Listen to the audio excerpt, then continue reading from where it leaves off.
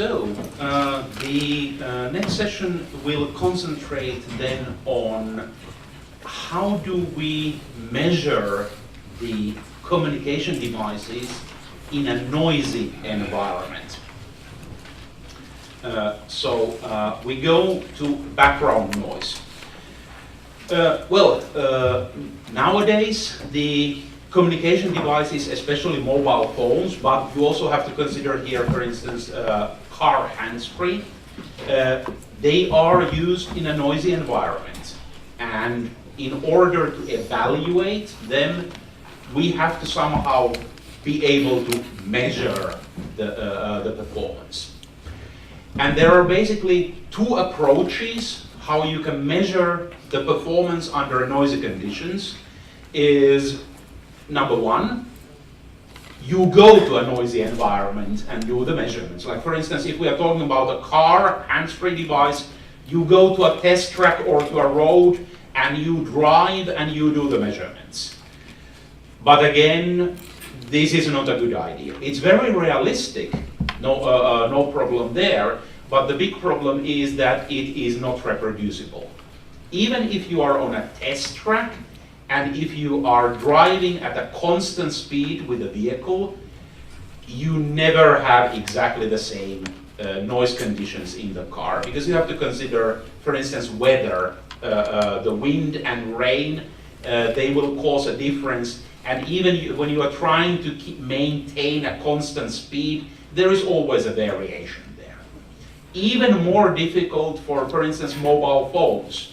You can of course go to somewhere, a busy intersection or to a train station and do the test there, but the test environment is completely out of your control. You can't reproduce the same noise conditions 2 times in a row. So then comes the second way, and this is of course how you do the testing, is you recreate the background noise in a laboratory environment. So for instance, again, if it's a car hands-free device what you're testing, you bring the car into a test garage, you build in a certain number of speakers, you equalize the system, and you run the test like that, so that you try to reproduce the noise inside the car by using speakers and equalizers. The same also for a room. So if you're testing a mobile phone or any kind of like for instance, smart speaker or conferencing telephone, you have your test lab, you have your anechoic or semi-anechoic room. So you bring in a number of speakers, you equalize the situation, and you play back different kinds of background noises. So this is the way how you test a device in a noisy conditions. The question, of course, becomes how good is your noise reproduction? Because the more complex signal processing you have in the device, the more microphones it uses when it for instance, I will be later running the speech recognition demo by using the Amazon, Google Home there. I think that small device there has 8 microphones inbuilt, and of course it's using beamforming and using the microphones as an array. And to test those kind of devices, you have to recreate very truthfully the noise environment.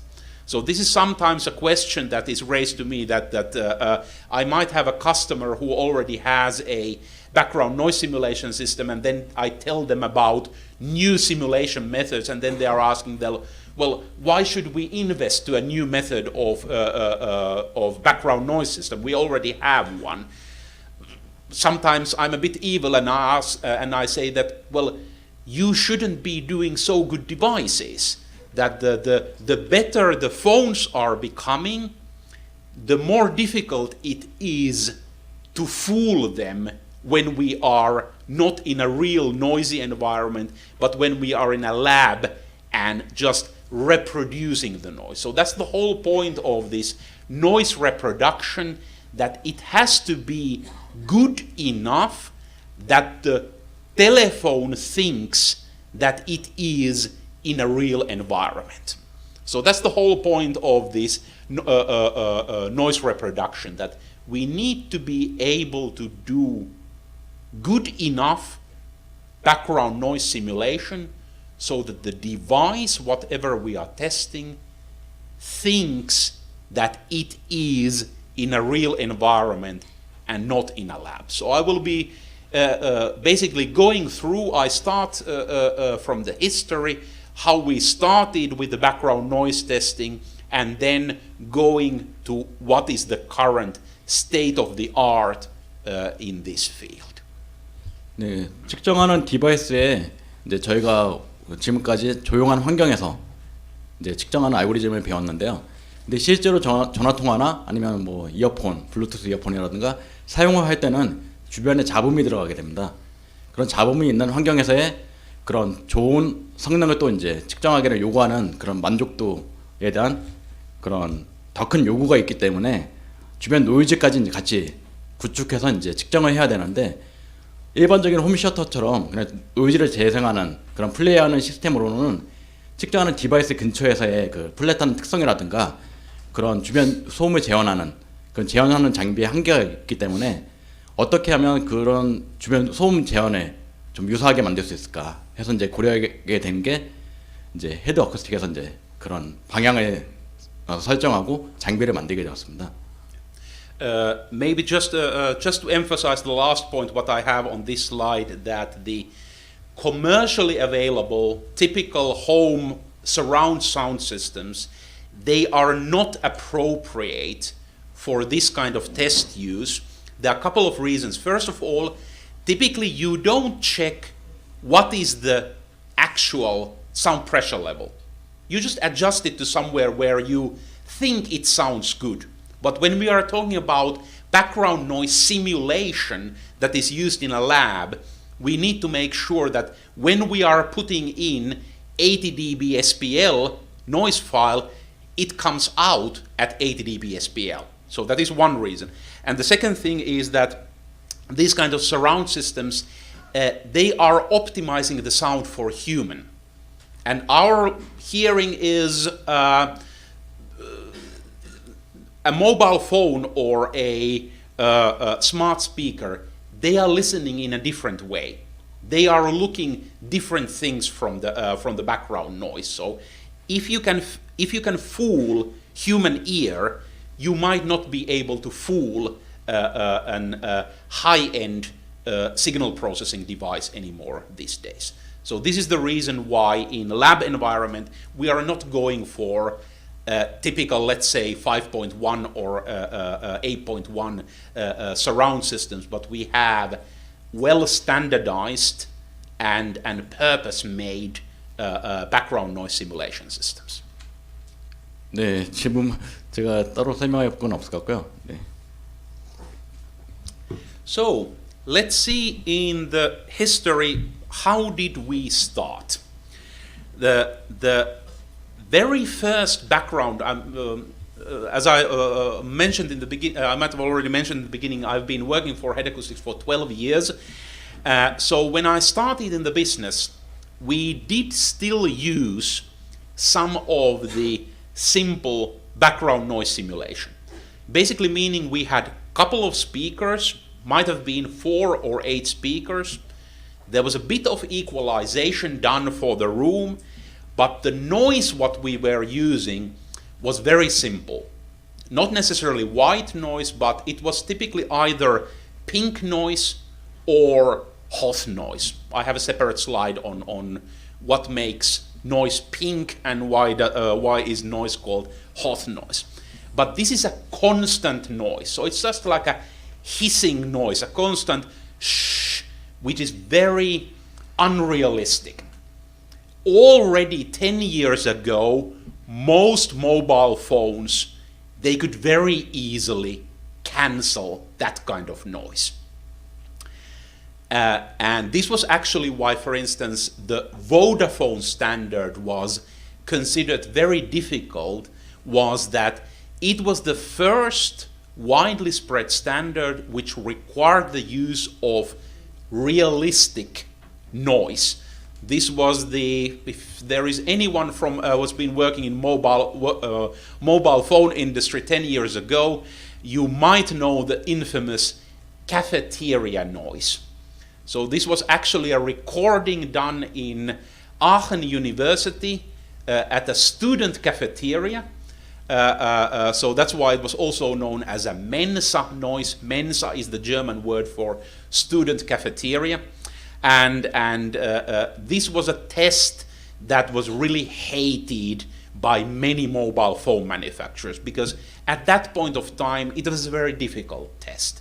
3GPP was still using, I think, pink and hot noise in the testing. So it was very easy to pass the 3GPP specifications, but the Vodafone spec at that point of time was very difficult to pass. And the main reason was that 3GPP was using very simple pink noise or hot noise, but then Vodafone was starting to move towards an actual realistic background noise. So this is the first attempts for background noise testing. So we were using a somehow equalized system. Mostly we were just looking at the level. So it was very important that the level was reproduced correctly. But the equalization was, there was some kind of equalization done, but the most important thing was that the telephone terminal was subjected to a certain level of a noise. And the typical noises were then pink noise and hot noise. 네, 초창기에 주변 소음의 요구로 이제 많이 쓰던 음원이 화이트 노이즈, 핑크 노이즈, 호스 노이즈가 있었고요. 보다폰 사업자에서는 실제 환경과 좀 더 유사한 음원에 이제 가지고 측정하자 해가지고 식당 소음이라든가 여러 가지 자동차 소음, 그런 소음을 통해서 이제 측정하는 그런 시각적인 변화를 또 가지게 되었습니다.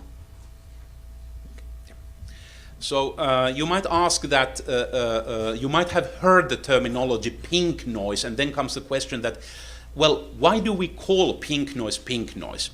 The idea is that you make an analog between the audible frequencies and visible frequencies. So you're making a comparison between sound and light. When you have white light, it means all visible frequencies are represented with equal power. So each frequency is included with the same power. And that's then the idea why we call white noise white. Because white light has all frequencies with the same power. White noise has audible frequencies with the same power. That's the analog what we make there. That what makes light white is the same kind of power distribution what then makes then noise white. Typically white noise was not so much used in testing because it has a relatively high amount of high frequency components. If you compare normal noise to a white noise is very annoying. It's very high frequency hissing. So that is why very often we were using pink noise. So again, the idea here is that the low frequencies in light, they are the red frequencies. And the high frequencies in light, that's the blue and purple. So again, we make the same kind of analog. So when we are talking about the color of the noise, so if you have a noise which has more low frequency components than high frequency components, we call it pink noise. So the formal definition of the pink noise is that the power is going down as 1 over f. If it's going down as 1 over f squared, then we are talking about red noise, or this is actually, some people think that you might have heard of brown noise. Please keep in mind that the brown there is not a color, but it's a person's name.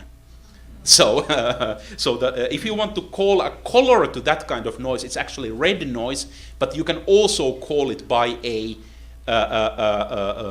person's name, which is brown, and then we are talking about Brownian noise. So typically we were using the pink noise. You can also tilt it in the other direction. So if you have more high frequencies than low frequencies, then we have azure noise, light blue, or we can have blue noise, which would be then power is going to F squared. But this is the idea between why do we call pink noise, why is it called pink?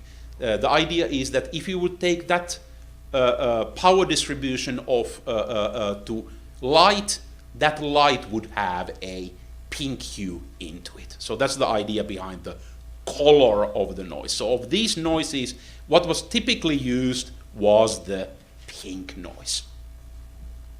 네, 지금 다양한 음원들을 사용했는데요. 화이트 노이즈가 있고요. 주파수당 같은 그 에너지를 가진 화이트 노이즈, 핑크 노이즈. 가장 많이 쓰이는 음원이 이제 핑크 노이즈가 되고 있고요. 콘서트 홀이라든가 이제 사람이 느끼기에 옥타브당 이제 3dB 떨어지는 저 음원을 가지고 이제 스피커 이제 재원을 맞추는 그런 음원으로 이제 사용되었습니다. And the other noise, what I mentioned, is the Hoth noise. So here again, Hoth is a name. I think Hoth was originally a Hungarian acoustics person. And the Hoth noise is a mathematical model of office noise. But here we are really going to Stone Age here. So the definition of Hoth noise comes from 1941. And if you think about office in 1941, what was the most dominant noise source? Typewriter. It was a room full of secretaries who were pounding on with a typewriter. So this is, I sometimes make the joke that the Hoth noise can be defined as sound of infinitely many typewriters in an infinitely large room. So the idea is that you don't hear anymore the single hits of the keyboard, but it basically all smooths down into a coherent noise. So the Hoth noise sounds a bit like pink noise, but it has a very peculiar, very unique frequency distribution, and it is even more low frequency dominated than pink noise. So that was the reason why Hoth noise was sometimes used, that if you just look at the spectrum, Hoth noise is more realistic than pink noise. But still you have the big minus point that it is completely constant. There is absolutely no variation of it. It's completely free of any transients. It's very, very constant kind of noise, which means that it is very simple for signal processing algorithms to delete. And so nowadays, these kinds of simple noises, they are not used in testing anymore. This is really just a historical background that this is how it used to be, and then I'll go to the actual how it is nowadays done. 네, 1941년도에 이제 타이핑 커다란 방에서 이제 큰 방에서 타이핑하는 그런 소리처럼 그런 원만하게 이제 프리퀀시가 떨어지는 저는 음원을 또 만들게 되었고요. 저거를 이제 지금은 거의 사용 안 하는 음원으로 보시면 되겠습니다. So the first proper background noise standard that came about is from ETSI. So ETSI is the European Telecommunication Standards Institute, ETSI, and it is their standard 202396 part 1. So it's a standard method for simulating background noise. And how do we do it? We have 4 speakers and a subwoofer. So we have basically a 4+1. If you look at the hardware, it's a 4+1 system, but in reality is not. It's not a true 4-channel system, but if you just look at the hardware configuration, you have 4 speakers and 1 subwoofer. So we are doing a delay, certain delay compensation, and there is a certain equalization done. So this reproduces a diffuse sound field. So when you are listening to so if you go into a room where you have the 202.396 part 1 background noise simulation system, and you're listening to the noise there, it doesn't have a real 3D feeling to it. You have a bit of, there might be some noise coming from the left side. You might notice that some noise is coming from the right side, but it's not a real, you can already hear that it's a simulation. But at the time when this came out, this standard is also easily 10 years old. At that point of time, this was really the best that could be done with processing power of computers and hardware of that time. So you also have to consider these, that when we are doing these playbacks, the playbacks are done in real time, so the filtering and the equalization is also happening on the fly. So especially 10 years ago, the processing power that was available did limit how complex system we could build and standardize. So I'll now go into more detail. What does this standard say? How do you build the system? How you equalize it? And how do the recordings look like? 네, 유럽 표준 규격으로 저 주변 환경에 대한 저 규격이 채택되어 있고요. 스피커 4개를 쓰고 서브우퍼를 하나를 써가지고 주변 노이즈를 이제 제어할 수 있게끔 만들었습니다. 주변 노이즈 측정은, 그러니까 녹음 자체는 저 사람 모양의 저 마네킹을 가지고 양쪽 귀에 이제 이어 마이크로폰이 내장되어 있습니다. 실제로 식당이라든가 사거리에서 이제 측정한 다음에 그 녹음된 데이터를 백그라운드 플레이어 소프트웨어적으로 이제 구축하게 되어 있고요. 그 스피커에 대한 음장은 이제 저 해치, 사람 모양의 마네킹의 양쪽 귀, 왼쪽 귀, 오른쪽 귀에서 이제 레벨과 프리퀀시를 맞춰가지고 공간에 대한 음장을 큰 사무실이라든가 챔버 안에서 제한할 수 있게끔 저게 지정이 되어 있습니다. So when we do the equalization of this 202.396 system, the equalization is done by using the ears of the head and torso simulator. So the equalization is binaural, 2 ears. So we are using the head and torso simulator's ears to do the equalization. And how does it look like? First of all, try to keep this picture in mind. So we have the 4 speakers and we have the subwoofer. The first step what we do is we adjust the volume of each speaker so that they sound the same at the ear.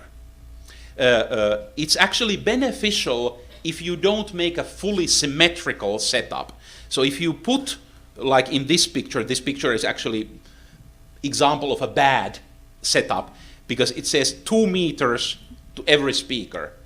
You're going to have standing waves if you make a setup like this. So if you put the head and torso simulator not exactly in the middle, but you put it a bit closer to the front speakers, or you put it a bit closer to the rear speakers, it's much easier to equalize because you reduce the amount of standing waves what you're going to have in the room.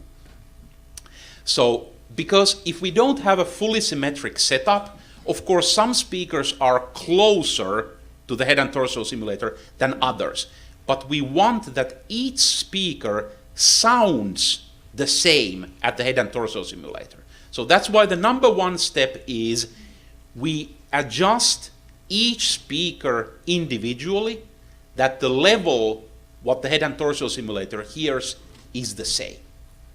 It could also be that if you don't have 4 same speakers, that's why you need also this individual level adjustment in the beginning.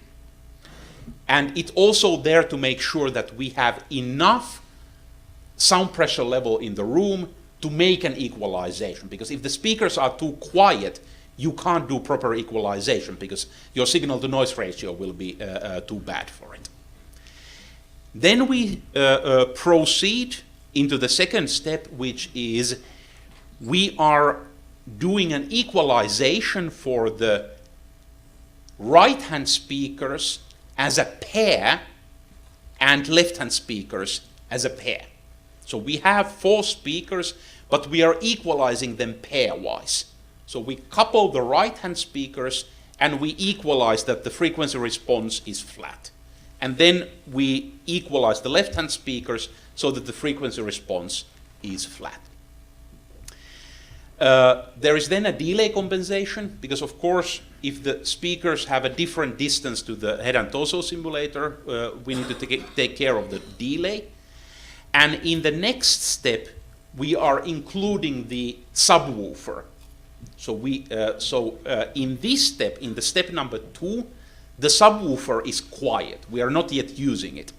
In step 4, we are including the subwoofer, and now we have a signal coming from 4 speakers and subwoofer. So here, now we are looking into also crosstalk. You have to remember that even if the right-hand speakers are active, I can also, of course, hear the signal with the right ear, but I can hear it also with the left ear.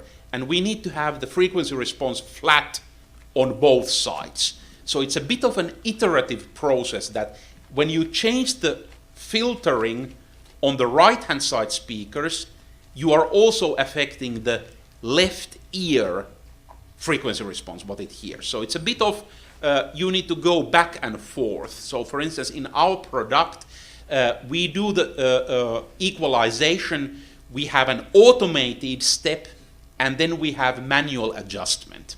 So there's an automated equalization done for left speakers and right speakers, and then when you do the total equalization, meaning 4 speakers and subwoofer, you have manual adjustment possible.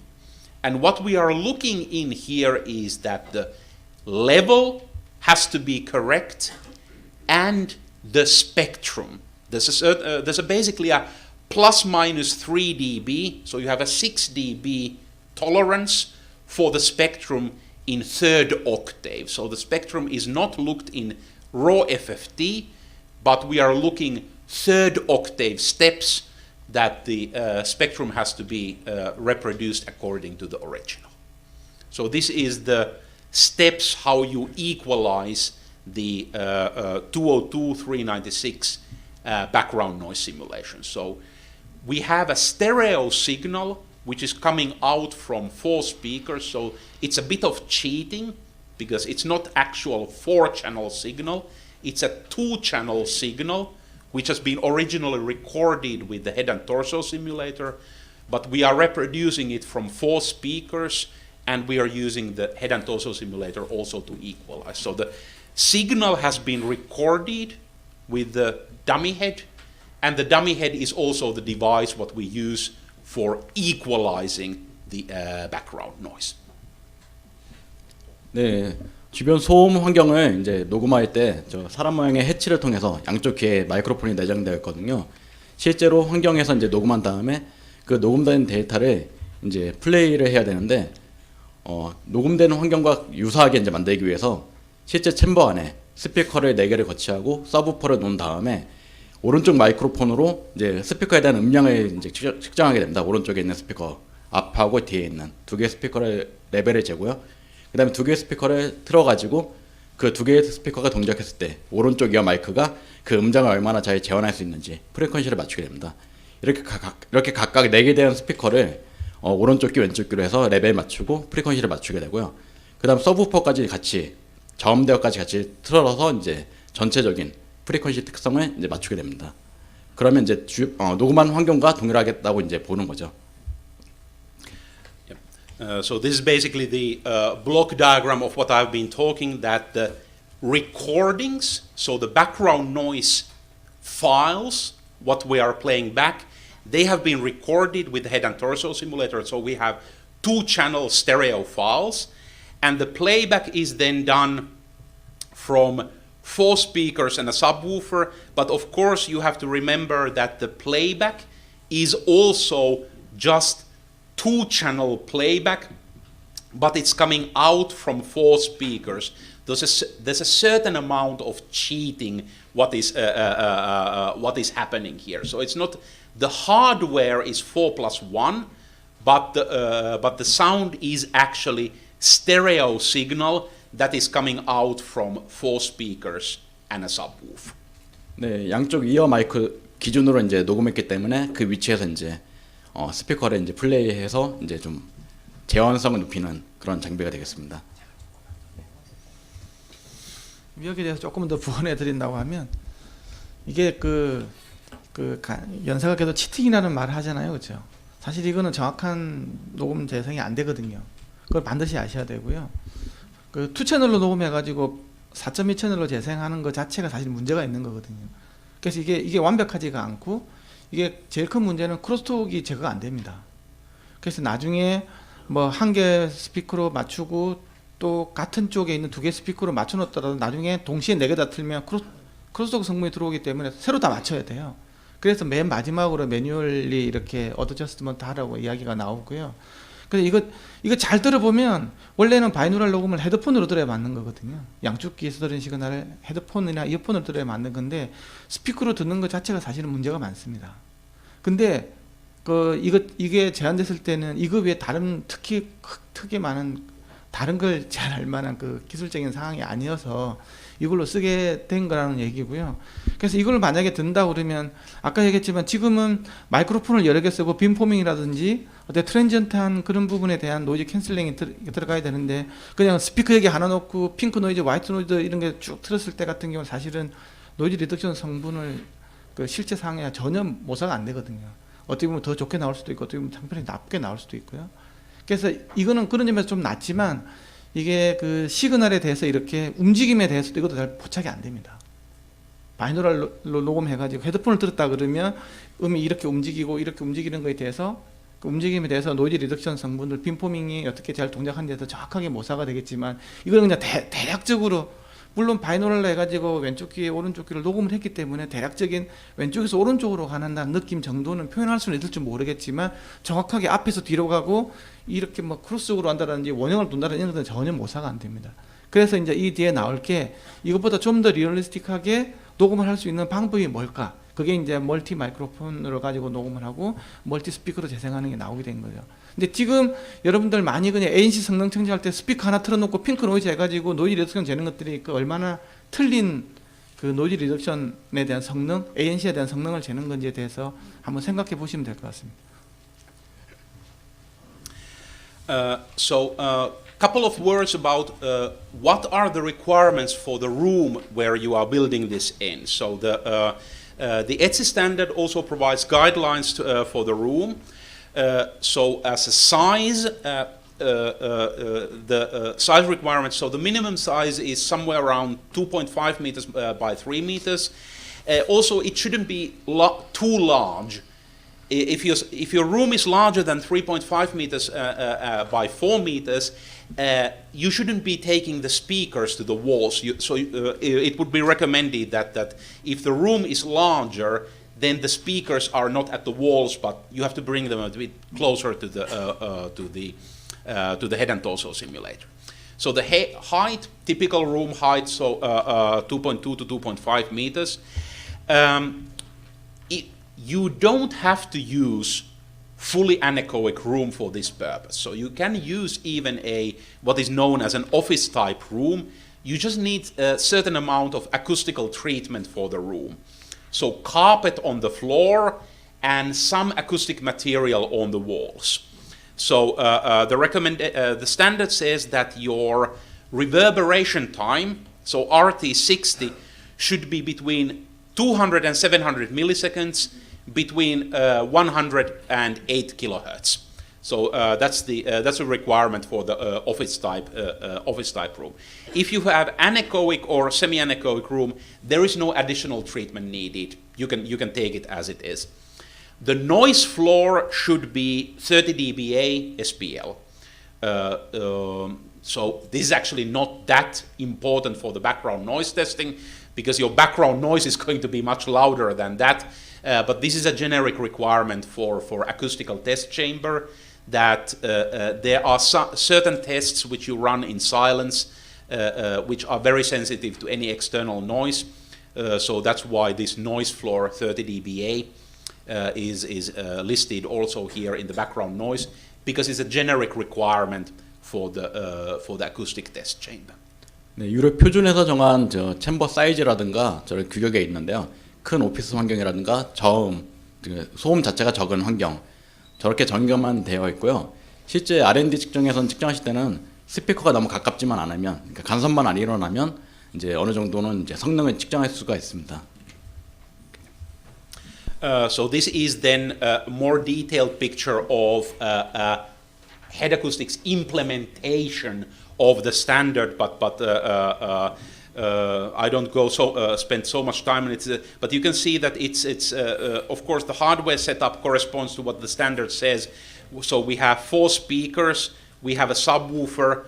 We're typically using three stereo amplifiers, and we have a digital equalizer which is taking care of the equalization over there. But the most important thing, of course, is you look in the standard and look how does the standard require how the hardware setup looks like. This is just our implementation of that particular standard. Where is this background noise simulation used? Well, most importantly, the 3GPP mobile phone standards. So both 3GPP and 3GPP2 are referring to the 202.396. So basically nowadays, all modern mobile phones are tested with the by using the 202.396 background noise simulation system. There are also a whole bunch of other standards. ETSI has a set of voice over IP telephone standards. The ITU, International Telecommunications Union standards for car hands-free, P1100, P1110. They are also referring here Microsoft Skype. But you have to be aware of the restrictions of the 202.396. So you have a loss of spatial resolution, which means you don't have a real 360-degree picture of the sound. You have a bit of left-right distinction, but it's not a true 3D simulation in this sense. The equalization is done between 50 Hz and 10 kHz with a tolerance of plus minus 3 dB. And the equalization is done by using the head and torso simulator's ears. The most important thing to remember from the 202.396 that it is a diffuse sound field. So basically, you have the feeling that the sound is coming, there's a bit of left-right distinction, but mostly the sound is coming from all directions.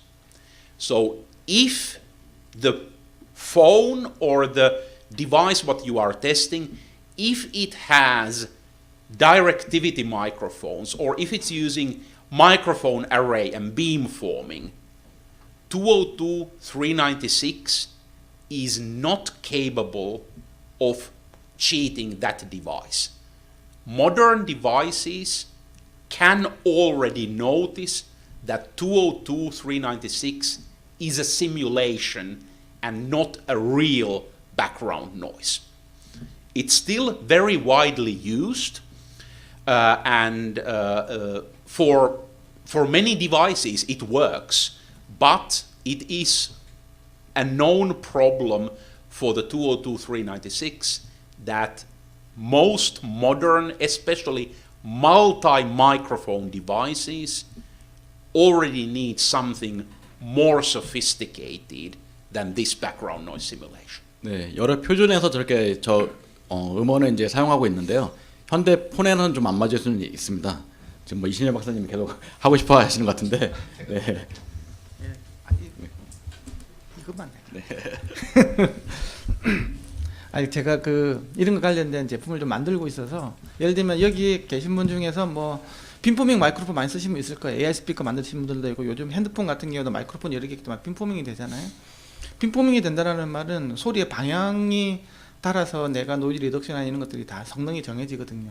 그렇게 되려면 요 노이즈 시뮬레이션이 실제 뭐 예를 들면 내가 지하철에서 이렇게 사람들도 걸어간다라든지 차가 문 열어 갔을 때 뭐 움직임이 이렇게 정확하게 표현이 안 되면 이 노이즈 리덕션은 성능을 정확하게 잴 수가 없거든요.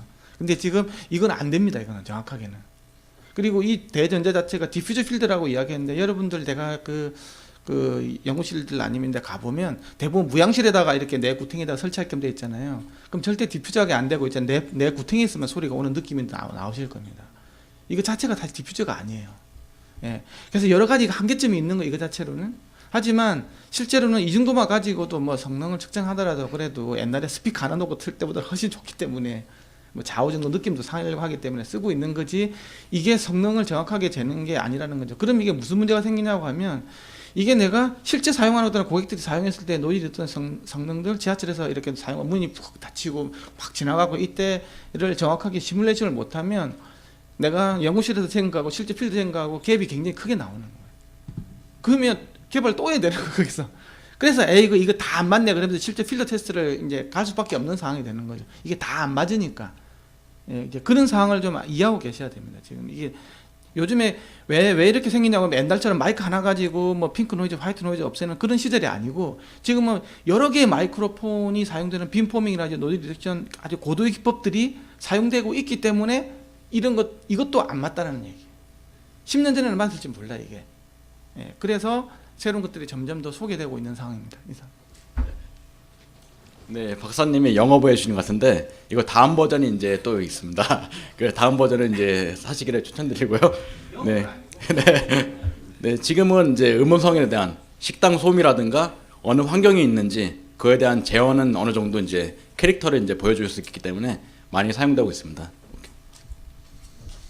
There is a special version of the 202.396 for vehicles because the binaural, meaning where you equalize with the head and torso simulator, in a car there's the big problem that the hands-free microphone, it's not close to the driver.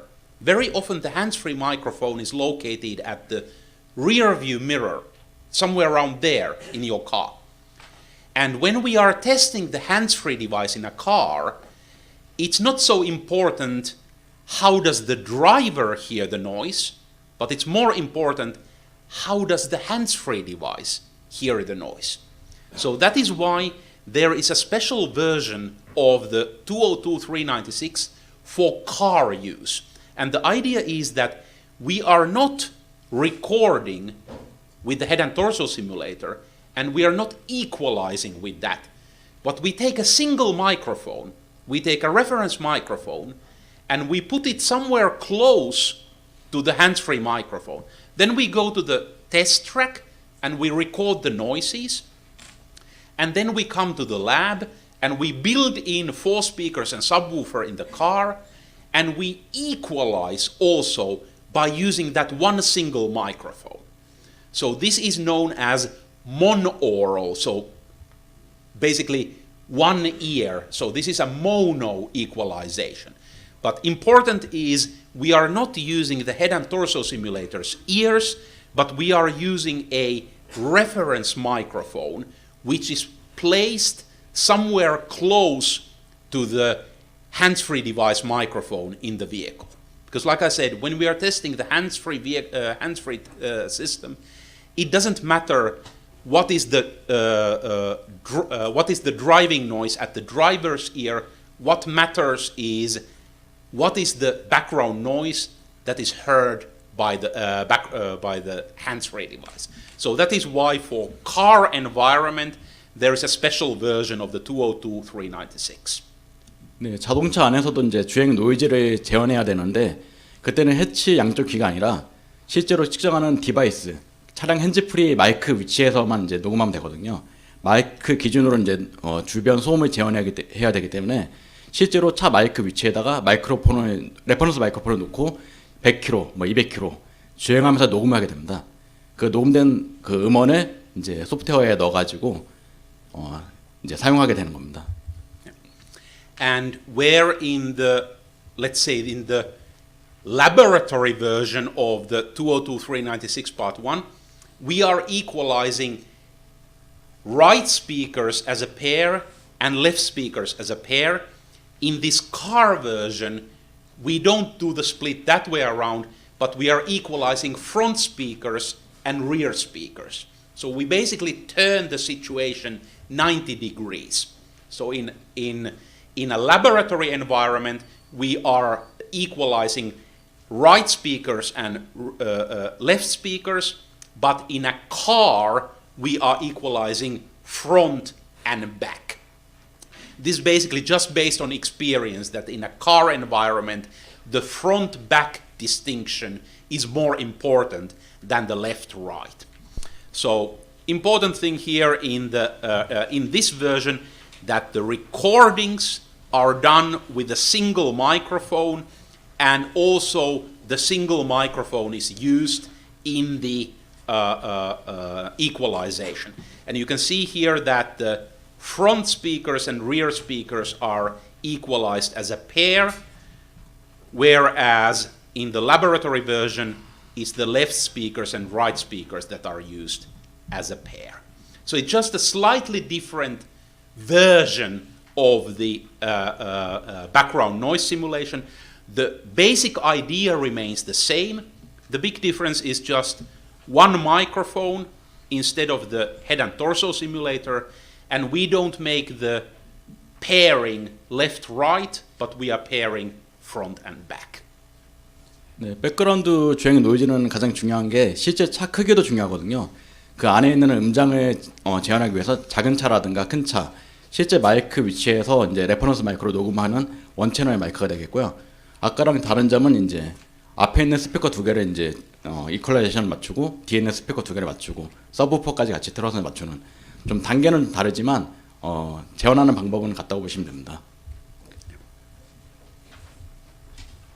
이 부분에서 제가 노이즈 부분만 좀 관여하고 다른 거는 제가 잘 모르기 때문에 지금 이게 왜 이거는 그 모노 마이크로 차에서는 되는지 아십니까? 생각해. 그리고 아까 저 같은 경우에는 왜 이동통신 같은 경우는 왜 바이노랄 녹음을 할까요? 그걸 한번 생각해 보셔도 되거든요. 왜냐 그러면 이동통신 안마기는 아시겠지만 다 귀에서 이루어지는 거잖아요. 그러니까 중요한 거는 내가 쓰는 위치에서의 이퀄라이제이션이 중요한 거죠. 그렇죠? 실제 내가 이 DUT 마이크가 여기 있지 않습니까? 그죠? 그러면 여기 위주, 귀 위주에서 당연히 할 거고, 핸즈프리 자동차 같은 경우에는 DUT 마이크로폰이 우리 귀에 있는 게 아니잖아요. 그렇죠? 뭐 아까 룸미러 있는 그쪽에다가 마이크로기 때문에 거기서만 이퀄라이제이션 되면 되겠죠. 거기서만 소음이 모사되면 되는 겁니다. 그래서 당연히 이거는 원 마이크로 하는 거고, 이거는 바이노랄 녹음해가지고 하는 겁니다. 사람이 개입되냐 아니면 기계가 마이크로폰을 쓰느냐 하는 그 차이기 때문에 당연히 이렇게 가는 겁니다. You also have a couple of standards how you can check how good is your noise simulation. So there is a standard from IEEE which basically asks you to measure in a sphere of 15 centimeters. You check how diffuse the sound field is within a certain area. So that is one way of measuring how good is your noise simulation. And another way of measuring this, and this is for instance used by 3GPP, is that there is I haven't got yet to 3Quest algorithm, that's after lunch thing, but 3Quest is an algorithm, speech quality with background noise.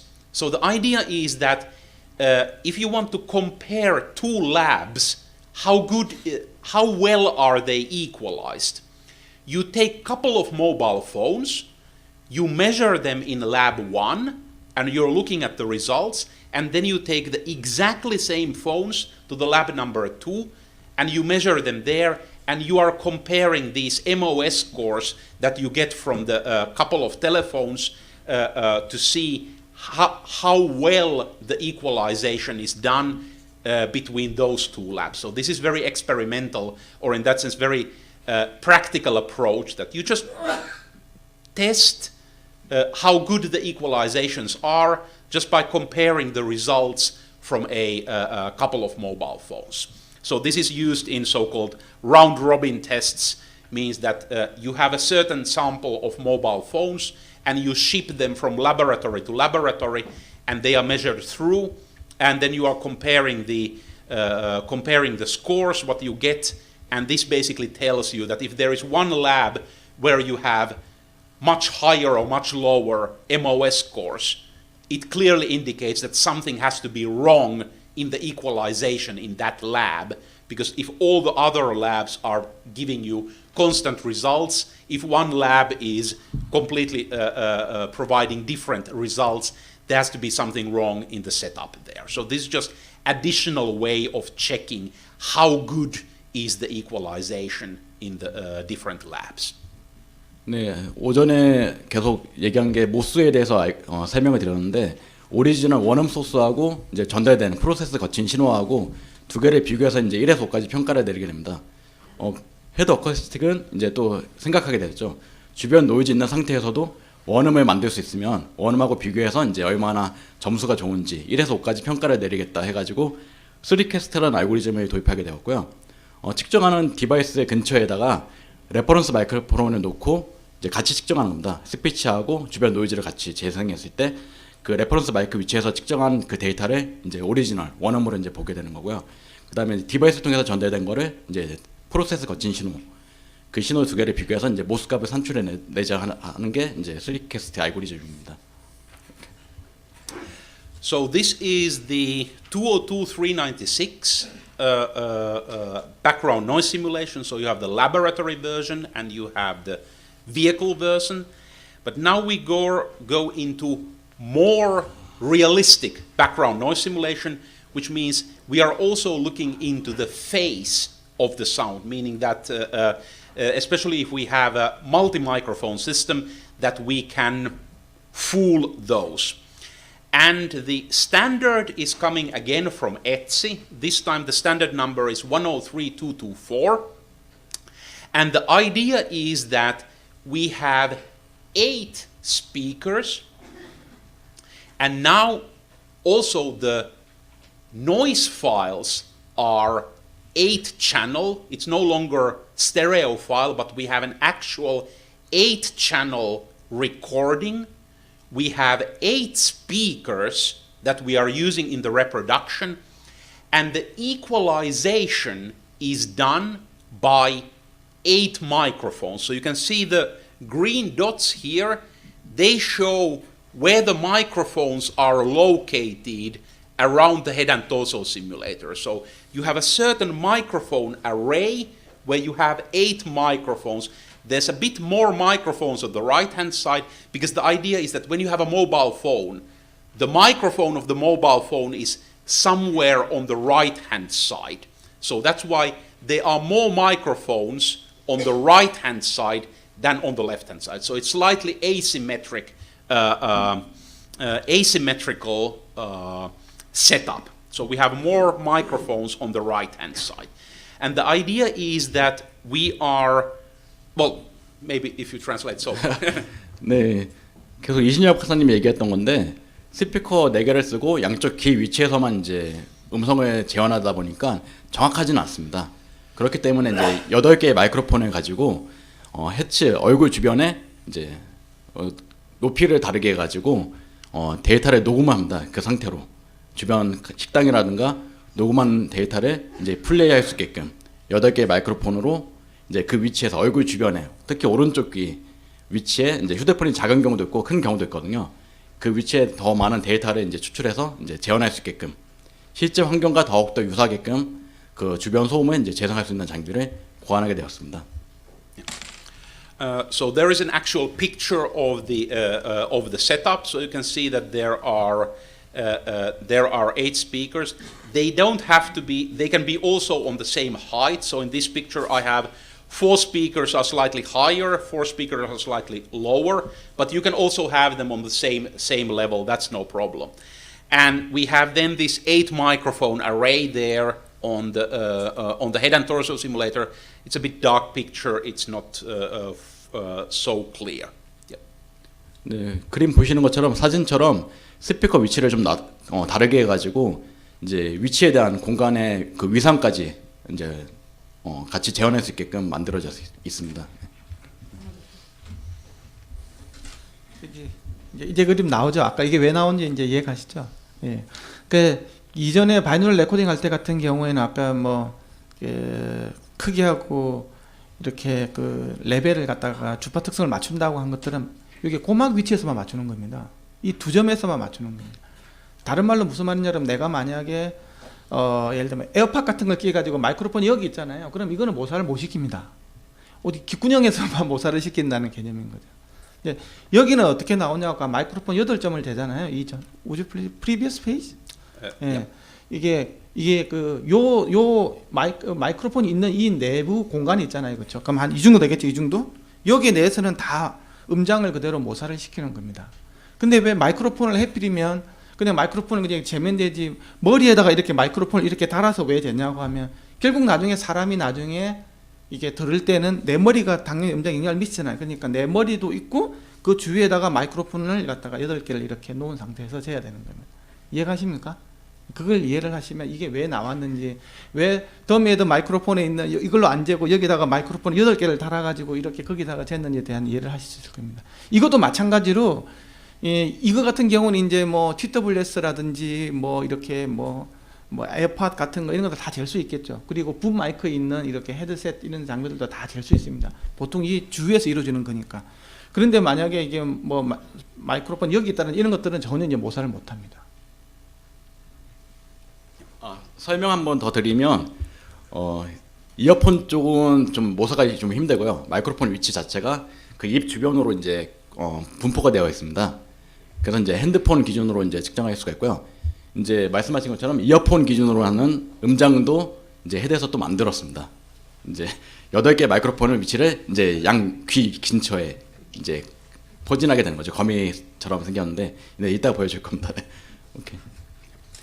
So how does the equalization then run? First of all, what we do is when we have the 8 microphones, we play back a sine sweep from each speaker individually, and we record the sweep with each microphone. So in the end, we will have 8 speakers and 8 microphones. So we have a matrix of 8 by 8. So we will have 64 impulse responses recorded.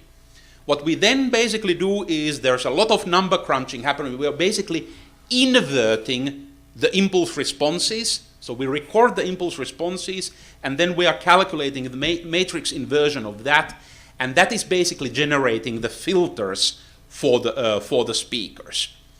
But to make this more accurate, what we are doing when we have the 8 microphones, the standard says that this arrangement of 8 microphones, you can turn it by 10 degrees.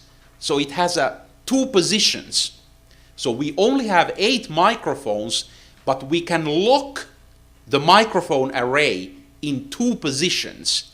And this way we basically have 16 microphones. So we have 8 physical microphones, but we can have them in 2 positions. So in the end, we don't have only 64 impulse responses, but we have actually 128 impulse responses, which are recorded, inverted, and that is used to generate the filters for the 8 speakers. So this is something that we couldn't do 10 years ago. It would have taken so much processing power that the equalization would have lasted hours. Now it's a matter of a couple of minutes. You have a modern computer, and when you do the equalization, it's just a matter of a couple of minutes of processing power, and we can have the filters done. But this is also described in the standard, that you have this array of 8 microphones, but you actually use it in 2 slightly different positions, so that you can have virtually 16 microphones. So we can get, the whole purpose is that we can get more accurate simulation done. 네, 스피커 4개를 쓰는 경우에는 저희가 이제 필터를 조정해서 이제 플러스 마이너스 3dB 이제 그 레벨 안에만 들어올 수 있게끔 저희가 조정할 수 있었는데요. 지금 8개 마이크로폰을 쓰는 경우는 좀 PC가 좋아야 됩니다. 이제 수동으로 할 수 있는 건 저희가 레벨만 맞출 수 있게 되었고요. 그다음에 샘플링 작업을 8개 마이크로폰에서 측정하고 또 10도 조절해서 더 많은 위치에서 이제 데이터를 받아서 이제 자동적으로 PC에서 소프트웨어적으로 자동적으로 이제 계산해서 이제 프리퀀시도 맞추고 저희가 이제 할 수 있는 게 없어졌습니다. 네. 오케이. 이게 임펄스 응답을 재는 거거든요. 그러니까 그 스피커 1에서 마이크 1까지 임펄스 응답을 잽니다. 그 다음에 스피커 1에서 마이크 1까지 임펄스 응답을 된다는 말은 사인 수입을 로고 수입을 우익 해가지고 재가지고 임펄스 응답을 된다면 안에 위상 정보까지 다 들어가는 거거든요.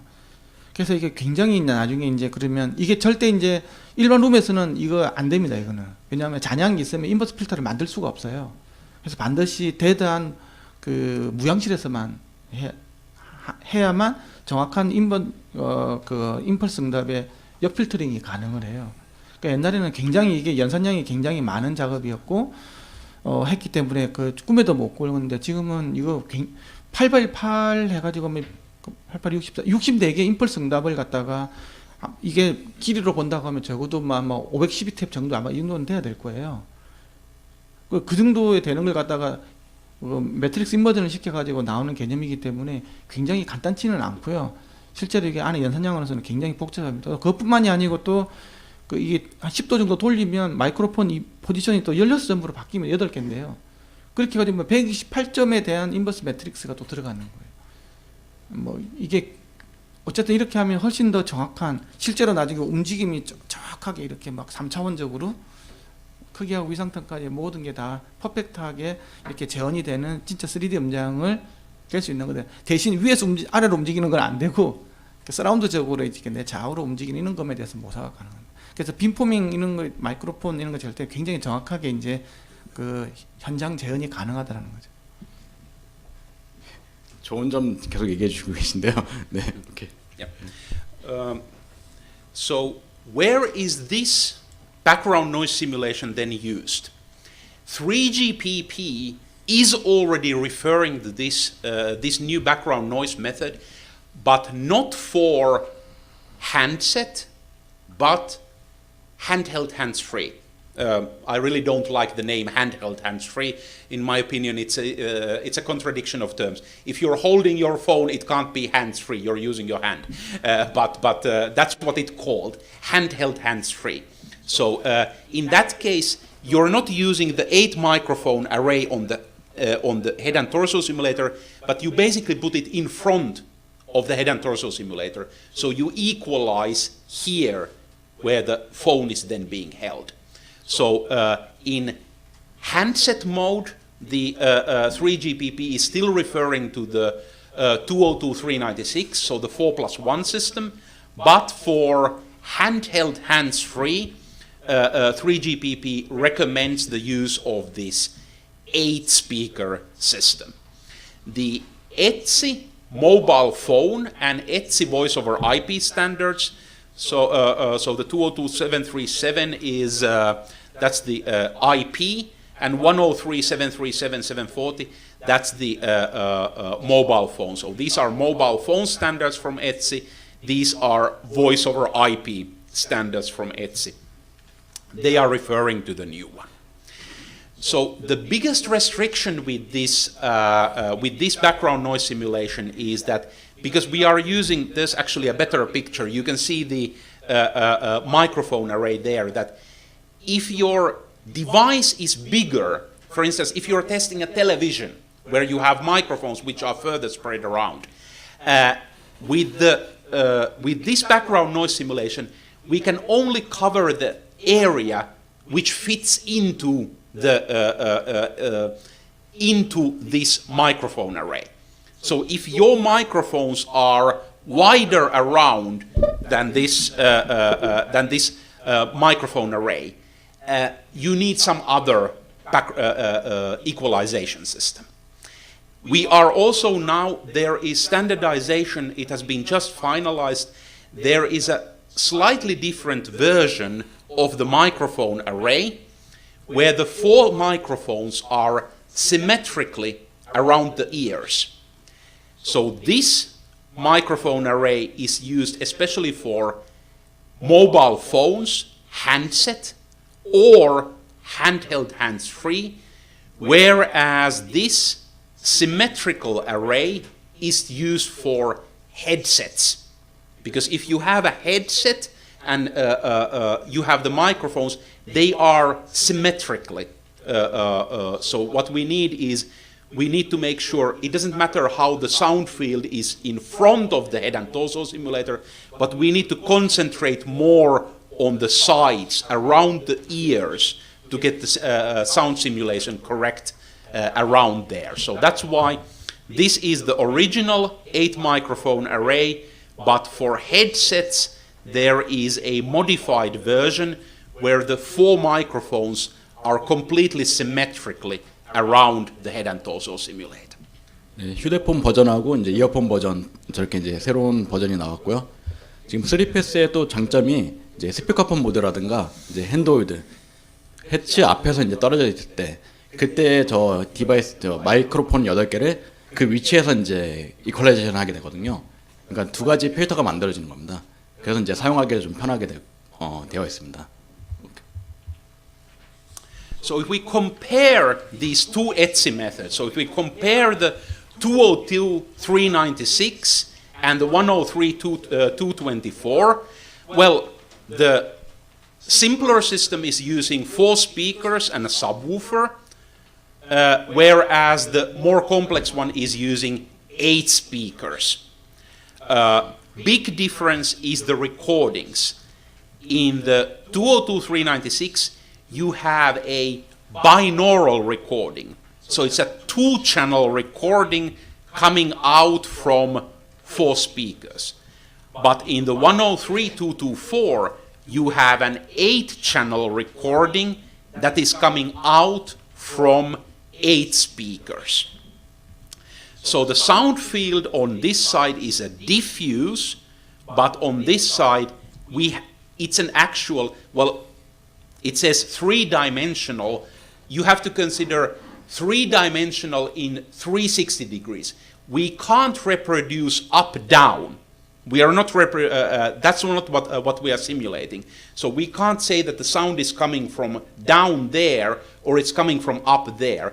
But what we can reproduce is the direction 360 degrees quite accurately. So in the 202.396, we are only looking into the level and frequency, that they are correct. But in the 103.224, we are looking at level, frequency, and spatial information. This basically means correlation and phase of the signal. So older system, only level and frequency, but the newer system, level, frequency, and the direction information. That's what the spatial information basically means, that we reproduce the angle from where the sound is coming from. In both cases, the setup and equalization are relatively easy to do. Actually, in our implementation of this 103.224, the equalization is completely automatic. So in our in the head acoustics implementation of the older system, you have automatic and manual parts. So you need to do some equalization by hand. But in the newer system, the background noise simulation is 100% automatic. There's basically, you press a button and wait a while, and the equalization is done. So where to use these ones? Of course, it's important you do what the standard is saying. So if you're measuring according to a standard, you have to use the background noise system that is defined in that particular standard. If you are doing free-form testing, so if you're just experimenting yourself, if the device is a bit simpler one, if it only has a 1 microphone, the 202.396 works just fine. But if you have a multi-microphone solution, if you have a beam forming, if you have directivity characteristics for the microphone, you need the more sophisticated. So you need the 103.224. 네, 장점과 단점은 뭐 계속 소개를 해드렸는데요.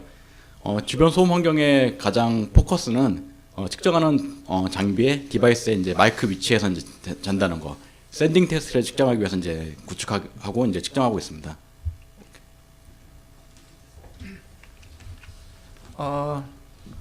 이렇게 새로 나온 103.224 있잖아요. 이게 그러면 완벽하냐? 그게 또 될 수가 없어요. 왜냐 그러면 아까 마이크로폰 8개를 이렇게 했나 그랬잖아요. 그 내부적으로는 음장이 다 만들어질 수 있거든요. 그 내부적으로는. 그래서 어느 면적을 가지고 있기 때문에 요 같은 경우에도 이제 완벽하게 다 할 수 있는 게 아니고 위상텀으로 본다고 하면 3kg까지밖에 안 돼요. 그 말은 무슨 말이냐고 하면 내가 이제 아주 굉장히 고음을 듣잖아요. 고주파수 음을 들을 때 운지음을 묘사해보라고 그러면 정확하지는 사실 않아요. 더 많은 마이크로폰을 8개가 아니고 뭐 100개 이상을 달고 스피커를 100개 이상을 단다고 하면 이게 뭐 3kg, 4kg, 5kg, 6kg까지 재현할 수가 있는데 그게 안 되는 거예요. 근데 우리가 3kg까지만 해도 충분한 이유가 뭐냐고 하면 우리가 이제 뭐 나중에 그 노이즈 서프레스를 한다라든지 아니면 액티브 노이즈 캔슬레이션 할 때 페이지 정보가 보통 저주파수만 돼도 ANC가 1kHz 이하밖에 안 되지 않습니까? 예, 그런 것 같은 경우에는 충분히 다 노이즈 서프레션이라든지 액티브 노이즈 캔슬레이션 성능을 다 모사할 수 있기 때문에 이게 거의 이제 뭐 크게 쓰는 데는 크게 문제가 없다라는 거죠. 그런 한계도 있다라는 거 알아두시면 됩니다. So I already explained that from the 202.396 there are two versions. There's the lab version and there is the vehicle version or the car version. The same way, from this advanced version of the background noise simulation, there is also a special version which was originally made for vehicles, but it can be used for other purposes where the device has microphones which are further away from each other. But this standard does not come from ETSI, it comes from ITU. So in the ITU standards for car hands-free, there is an Annex F which describes so-called multi-point noise simulation, MPNS. And the idea here is that the number of microphones what you use is not fixed. You can decide how many microphones you use for your recording. You can decide how many microphones you use for equalization, and you can decide how many speakers you're using in the playback. So this is much more flexible way of doing the background noise simulation. There are certain constraints. Basically, we are saying that you need at least 2 speakers. Typically, the maximum is 10.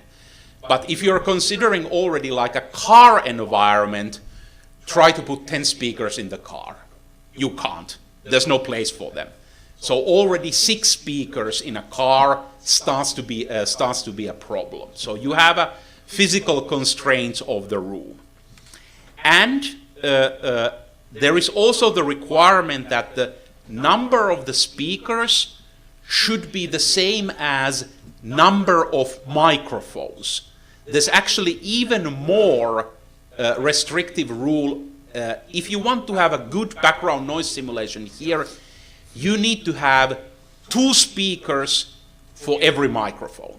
So if you have 2 microphones, you should have 4 speakers. That's like a rule of thumb. It's not a fixed rule, but it makes the equalization easier and the reproduction is better. So flexible number of microphones, flexible number of speakers, but the big rule is twice as many speakers as what you have microphones. 네, 지금까지 휴대폰에 대해서 이제 설명해 드렸는데 이제 자동차도 이제 그러면 더 유사하게 재현해야 되기 때문에 저렇게 마이크로폰이 2개 이상 여러 가지 포지션으로 이제 녹음을 하게 되고요. 그리고 그에 따라서 이제 스피커 개수가 이제 달라지게 됩니다. 이거는 또 자동차 관점으로 이제 만든 소프트웨어입니다. 3패스 플렉스라고 해가지고 플렉스 이제 카 자동차용으로 이제 만든 겁니다. So here are some setups for recording in a vehicle. The big difference between the 103.224 and the P1100 systems is that for the fixed 8 microphone, 8 speaker system, because the microphone array is a fixed one, you can get noise files directly from Etsy. Etsy provides a noise database which you can then play back in your lab. But with this P1100 Annex F, because you are free to position your microphones wherever you want, nobody can give you a noise file. You need to record the noise files yourself. In a car environment, not a problem, because that's something you always have to do. Because different vehicles sound different, so you always need to take the noise from the target vehicle. So you need to go to the track and create the recording. But what about if you're a TV manufacturer? You have a big screen where you have the microphone somewhere on the top of the screen. How do you do the noise recordings? Well, you have to do them by yourself. So you fix, for instance, let's say 4 or 5 microphones. So you make your own microphone array, and then you have to go to different places to record the background noise. That's the big minus point of this flexible arrangement, that because the microphone array is not fixed, you are responsible for generating the noise files. In a car environment, not a problem, because that's something you always have to do. But for instance, TV manufacturers, they have had a bit of trouble with this. That, what do you mean we have to go somewhere and create? Of course, you can hire someone to do the recordings for you, but it's always bound to the physical arrangement of the microphones. So how the microphones are located from each other, that's arrangement you have to use both in the recording and equalization. 네, 자동차 같은 경우는 이제 원하는 위치에서 이제 음장을 재현해야 되기 때문에 제조사에서 제일 잘 알겠죠. 마이크로폰이 하나 쓰이는지, 뭐 2개 이상 쓰이는지, 또 원하는 공간에 마이크로폰을 위치해서 녹음하고 실제로 이제 스피커를 컨트롤할 수 있게끔 그런 소프트웨어가 이제 구축되어 있습니다. 네. Yeah. So we are running a bit behind. Don't worry. We have actually quite a lot of time in the end. But to make sure that we don't get any further behind, I think it is good to give you enough time for the lunch. So okay. I'll show this one example here. One example. Then it's lunch hour. So to compare the old and new equalization in a car, I made an experiment that I had a system which had 3 microphones, and the microphones were approximately 5 centimeters apart from each other. So the arrangement was 10 centimeters, and you had left and right 1 microphone, 1 in the middle. So how do we equalize this in the old system? We only have 1 mic. So the black ones are the device microphones, and the blue one is the reference microphone. So in the old system, the only place where we can place the microphone is somewhere in the middle. So we record in that position and we equalize in that position. But with the flexible system, with the newer system, we can place a reference microphone close to each device microphone. So we can record with 3 microphones, and we can equalize with 3 microphones. How does it then look like? Well, if we are looking at the coherence and the phase, so the three colors, where's my mouse? There. So the three colors are here simply the three microphones. So these are the device microphones, and the colors here just correspond to the three microphones there. So you can see that the coherence of the signal, which is basically how similar it is to the original one, it goes to 2 kilohertz, and then it already drops down. But the most big problem is the phase. Because the old system, we are only recording with one microphone, it is impossible to reproduce the phase of the sound. And like you see, the phase is basically starting from 500 hertz, it's completely random. So if you just have one microphone in your device, it's okay, because one microphone cannot record the phase. You need at least 2 microphones for it. But if you have these 3 microphones, this old background noise system, you wouldn't get any reliable results from the testing. It starts to look a bit different if we are talking about the new system. So please believe me, these are not faked pictures, these are actual recordings. But especially the face looks actually quite good. This one, why the coherence starts to go down is that this is car noise. Car noise is dominated by low frequency. So you have to consider that at 5 kilohertz, even the original sound has very little energy in it. So the reproducing the coherence is difficult because the signal already is very small. So we have a big amount of noise already, unwanted noise there.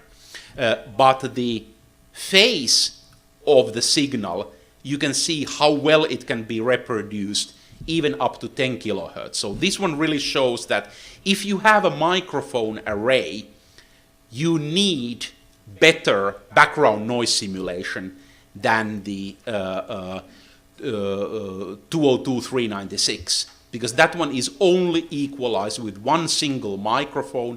It cannot reproduce the phase, and also the coherence starts to go down quite early, whereas with the P1100 Annex F, the coherence can be reproduced at least up to 5 kilohertz, and the phase of the signal can remain flat even up to 10 kilohertz. So I think these two pictures are really showing the difference in performance of those two background noise simulation systems. Of course, in both cases, the level and spectrum are flat. They are completely okay. So please don't think that here the spectrum would be wrong. No, if you're looking at the spectrum, it actually fits into the tolerance. It is from 50 hertz to 10 kilohertz. It is within plus minus 3 dB from the original in third octave. So I'm just showing here the things that don't work. So I don't have here the picture of the spectrum, because that one is completely okay. But this is just as a reminder to really show what the old and new systems, what they can and what they cannot do. 네, 하나의 마이크를 통해서 녹음했을 경우에 이제 위상을 보정 못하기 때문에 그런 차이가 나타나는 결과를 보여드린 거고요. 네, 오케이. Yeah, because the next one is reverberation. So, yeah. 그 자동차 같은 경우에는 옛날에 마이크 하나 샀는데 요즘 차 같은 경우에는 그 DUT 마이크로폰을 2개 이렇게 설치를 해요. 예, 운전석 하나, 조수석 하나 있는 식으로. 그런 것 같은 경우에는 어디다가 내가 음장의 타겟을 맞출지 어렵잖아요. 그때 같은 경우는 내가 DUT 마이크로폰 주변에다가 이렇게 이게 플렉스란 말이에요. 플렉시블하게 적용할 수 있다는, 약간 8개 여기다 놨잖아요. 그걸 4개 정도는 이쪽 마이크로폰에다가 이제 놔서 이쪽에다 음장을 나중에 재현시켜 다오 또 이쪽에다가 4개 정도 놔서 이렇게 하죠. 이런 식으로 아니면 뭐 최대 16개까지 마이크로폰을 내가 DUT 주변에다가 놔서 그 주변에다가 할 수 이렇게 그 다시 음장을 재현하는 방식이고요. 이 같은 경우는 이렇게 2개 DUT 간격이 멀리 떨어져 있기 때문에 이걸 같은 경우는 이제 위상까지도 나중에 보정하기는 골치 아파요. 큰 면적의 음장을 갖춰 맞춰야 되겠 스피커는 딱 고정돼 있잖아요. 차 스피커에. 그래서 이건 아까 보니까 한 1.5km 정도까지 밖에는 이제 음장이 재현이 안 되죠. 예. 큰 공간에서 맞춰야 되기 때문에 스피커 수도 그렇게 제한적이고 뭐 10개도 안 되기 때문에 일종의 내가 이제 회사에서 만약에 이렇게 스피커 어레이를 마이크로폰 어레이 같은 거 사운드바를 만드는 업체라고 한다고 하면 마이크로폰이 이렇게 쭉쭉 떨어질 경우도 있잖아요. 그렇죠? 만약에 그런 경우 있다면 그 주변에다가 이제 측정용 마이크로폰을 주변에 이렇게 막 8개든 10개든 이렇게 나와가지고 내가 측정용 마이크로폰에 있는 그 위치에다가 음장을 재놓고 싶다 그러면 그런 식으로 해서 재현을 하면 그 마이크로폰 입장에서 그 주변에서의 음장이 이제 그 실제 그 음장하고 같이 유사하게 된다는 그런 그런 것들을 위해서 이게 3패스 플렉스 이걸 만드는 것 같습니다. 그래서 만드는 거 맞죠? 네. 그래서 만드는 거 맞죠.